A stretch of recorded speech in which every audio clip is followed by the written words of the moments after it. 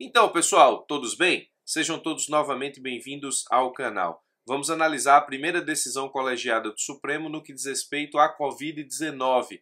E essa decisão é histórica por esse motivo, é a primeira decisão colegiada do Supremo sobre o tema. Nós temos decisões monocráticas em outras ADIs e ADPFs, mas essa é a primeira decisão colegiada.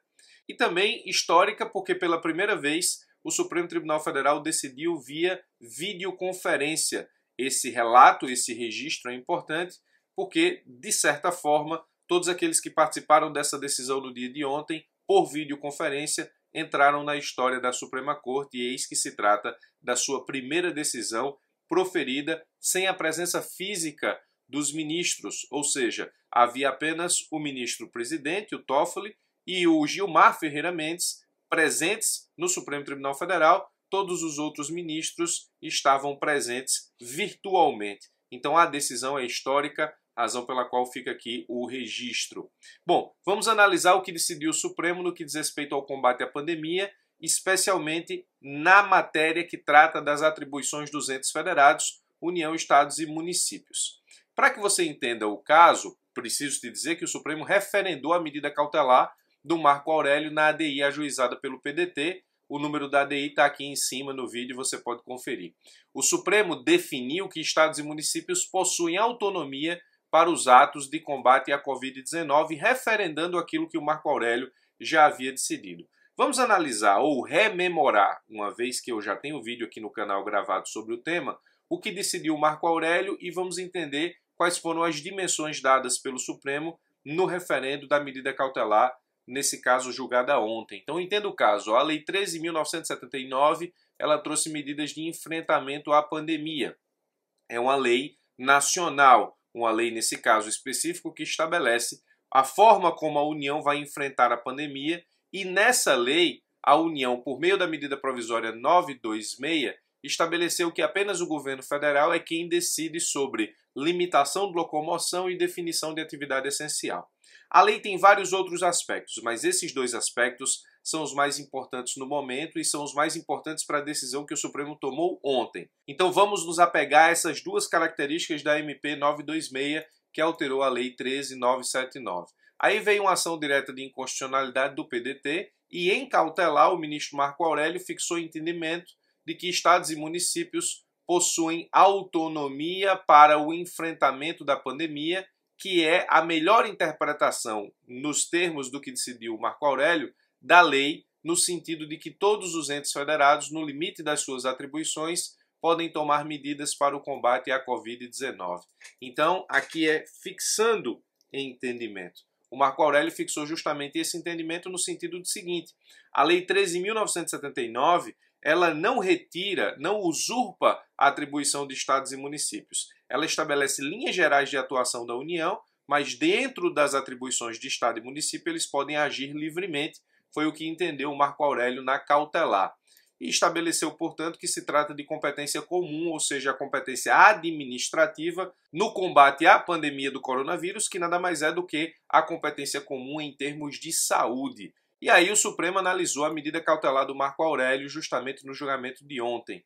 No julgamento da medida cautelar, o Supremo manteve a mesma linha base da decisão do Marco Aurélio. Acrescentou tão somente interpretação conforme para dizer que na definição dos serviços essenciais, o presidente da República deve resguardar o interesse regional do Estado e o local do município sob pena de esvaziamento da autonomia desses entes. Então preste bastante atenção.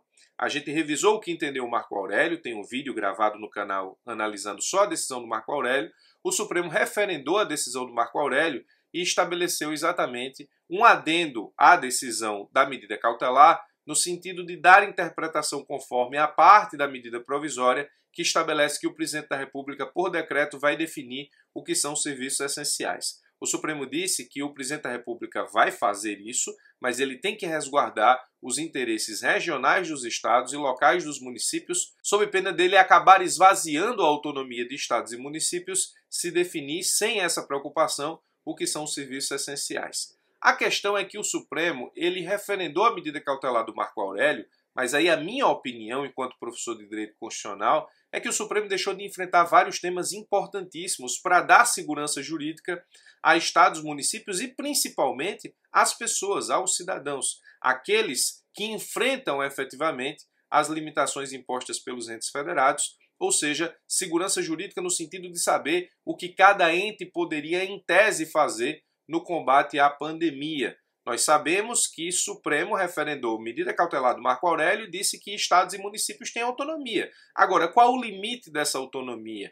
O que a União pode fazer, o que o Estado pode fazer, o que o município pode fazer? Dizer que os três têm autonomia no combate à Covid-19, nesse caso, não resolve muita coisa. Resguarda-se efetivamente a autonomia de estados e municípios, mas o problema não é eles terem em si autonomia, é o limite disso. E no momento em que essas autonomias entrarem em confronto no que diz respeito a atos específicos no combate à pandemia. Vamos lá, o Supremo deixou de enfrentar vários temas, na minha opinião.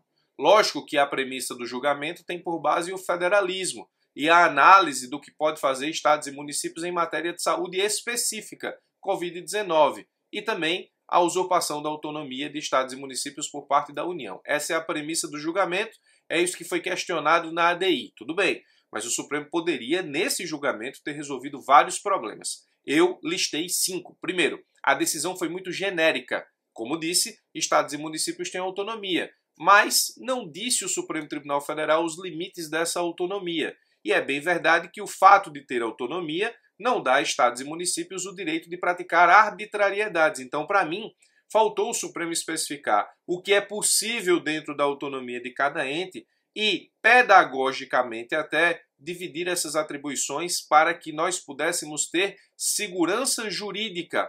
Aí você podia dizer, professor, mas a ADI estabeleceu uma discussão sobre temas específicos, sobre dispositivos específicos da medida provisória que alteraram a Lei 13.979. Sim, tudo bem. Se você for se apegar efetivamente a essa circunstância, eu entendo que o Supremo manteve tão somente aquilo que decidiu Marco Aurélio no enfrentamento daquilo que trouxe a ação direta de inconstitucionalidade. Mas quantas vezes em opter dictum o Supremo não nos diz coisas além daquilo que efetivamente foi pedido na ação direta de inconstitucionalidade? Então preste bastante atenção porque, na minha opinião, perdeu o Supremo Tribunal Federal a possibilidade, nesse momento pelo menos, de estabelecer diretrizes acerca das autonomias de estados e municípios para evitar, inclusive, a arbitrariedade e, prestando um serviço público, dar segurança jurídica à sociedade como um todo. Então, a decisão foi genérica. Ela estabeleceu ou manteve a autonomia de estados e municípios, mas estados e municípios são autônomos, mas não podem ser arbitrários. E a linha tênue que separa a autonomia de arbitrariedade é que o Supremo deixou de analisar. Vamos ver, eu listei pelo menos 4 situações. Primeiro, o respaldo técnico da Anvisa é obrigatório ou não é? Está na lei, o Supremo não enfrentou essa questão. Ou seja, estados e municípios podem decretar isolamento e quarentena, sim, mas eles são obrigados a terem respaldo técnico da Anvisa, porque o respaldo técnico da Anvisa, de certa forma, limita a autonomia de estados e municípios. Secretarias estaduais e secretarias municipais poderiam respaldar a atitude de governadores e prefeitos no que diz respeito a isolamento e quarentena. Isso não ficou claro. O respaldo técnico da Anvisa ainda está na Lei 13.979 e não foi analisada pelo Supremo Tribunal Federal. Então você deu autonomia para estados e municípios, mas o respaldo técnico da Anvisa é requisito, está na lei. E, de certa forma, isso esvazia a autonomia, porque nós sabemos que a Agência de Vigilância Sanitária é uma autarquia federal. Embora efetivamente não subjugada e não submetida diretamente ao que entende o presidente da República, a Agência Nacional de Vigilância Sanitária é uma autarquia federal. Então, se as atitudes de estados e municípios dependem desse respaldo, de certa forma há uma limitação da autonomia de estados e municípios. Isso não foi enfrentado pelo Supremo Tribunal Federal. Depois, liberdade de locomoção e toque de recolher. A imposição dessa restrição ao direito de ir e vir por decreto é possível? Quais são os limites? Quais são as penalidades? É possível a prisão em caso de descumprimento? Eu penso que o Supremo perdeu uma grande oportunidade de adentrar nesse tema e, ainda que em opter dictum, dissesse efetivamente o que pode ou não pode estados e municípios. Eu imagino que o Supremo, nesse caso, poderia ter feito isso no julgamento dessa ação direta de inconstitucionalidade.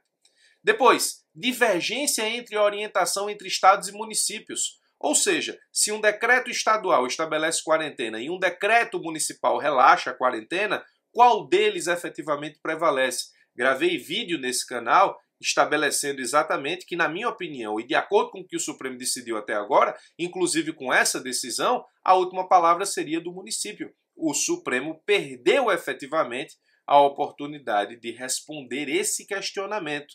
Ele disse que está resguardada a autonomia de Estado e município, mas ele não enfrentou os grandes problemas. O respaldo técnico da Anvisa limita essa autonomia.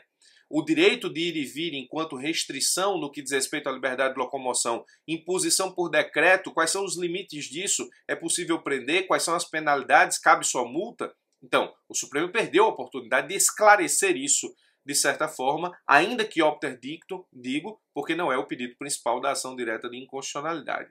Divergência entre orientação de estados e municípios, questão extremamente importante e relevante do meu ponto de vista, e locomoção por meio de rodovias intermunicipais e interestaduais. Nesse ponto, o Supremo tocou. Na verdade, quem tocou nesse ponto foi o ministro Alexandre de Moraes. E aí, a possibilidade de fechar rodovias intermunicipais e interestaduais, de acordo com o interesse regional/local, existe, desde que não haja uma crise de abastecimento nacional. Isso foi dito em opter dictum, mas não enfatizado na decisão, razão pela qual eu penso que também ficou em aberto. Então, o Supremo referendou a medida cautelar do Marco Aurélio, mas muitas questões deixaram de ser respondidas, repito, ainda que em opter dictum, porque não faz parte do pedido principal da ação direta de inconstitucionalidade, mas o Supremo poderia ter esclarecido nas bases da sua decisão e ter, de certa forma, dado segurança jurídica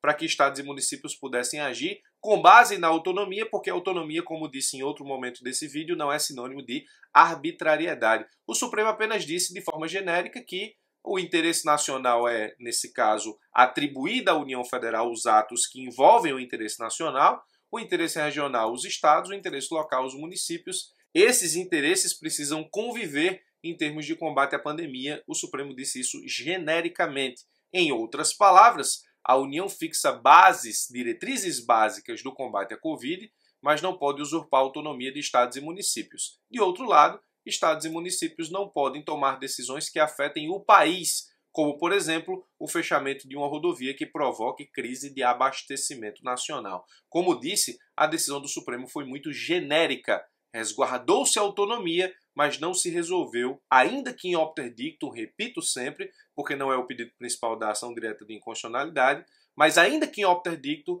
o Supremo poderia ter adentrado nessas questões e resolvido as situações que efetivamente afligem a sociedade como um todo, porque não se sabe que orientação seguir, se Estado ou município, quando elas entram em conflito de determinação. A liberdade de locomoção é uma das grandes dúvidas do momento, analisada por todos aqueles que estudam o direito administrativo, o direito penal e o enfrentamento à Covid. O respaldo técnico da Anvisa é um ponto importante que ficou em aberto e a decisão, na minha opinião, foi bastante genérica. Então o Supremo Tribunal Federal referendou a medida cautelar do Marco Aurélio, mas, na minha opinião, pecou porque não esclareceu pontos importantes e penso que ele poderia ter feito ainda que em opter dictum. Então, esse é o caso. Primeira decisão colegiada do Supremo Tribunal Federal no que diz respeito à Covid-19, decisão histórica porque proferida em videoconferência, mas, na minha opinião, no mérito, deixou muito a desejar o Supremo na decisão de ontem. Deixe aqui nos comentários o que você acha da decisão e principalmente dos desdobramentos dessa decisão e se você concorda ou não que o Supremo poderia ter, de certa forma, ainda que em opter dictum, esclarecido situações importantes para a sociedade como um todo, dando inclusive maior segurança jurídica para estados e municípios no enfrentamento à pandemia e no exercício da autonomia que foi resguardada pela decisão. Deixa aqui nos comentários, é sempre muito interessante participar dessa discussão diretamente com vocês aqui nos comentários do vídeo. Por esse vídeo eu fico por aqui, forte abraço e até os nossos próximos encontros.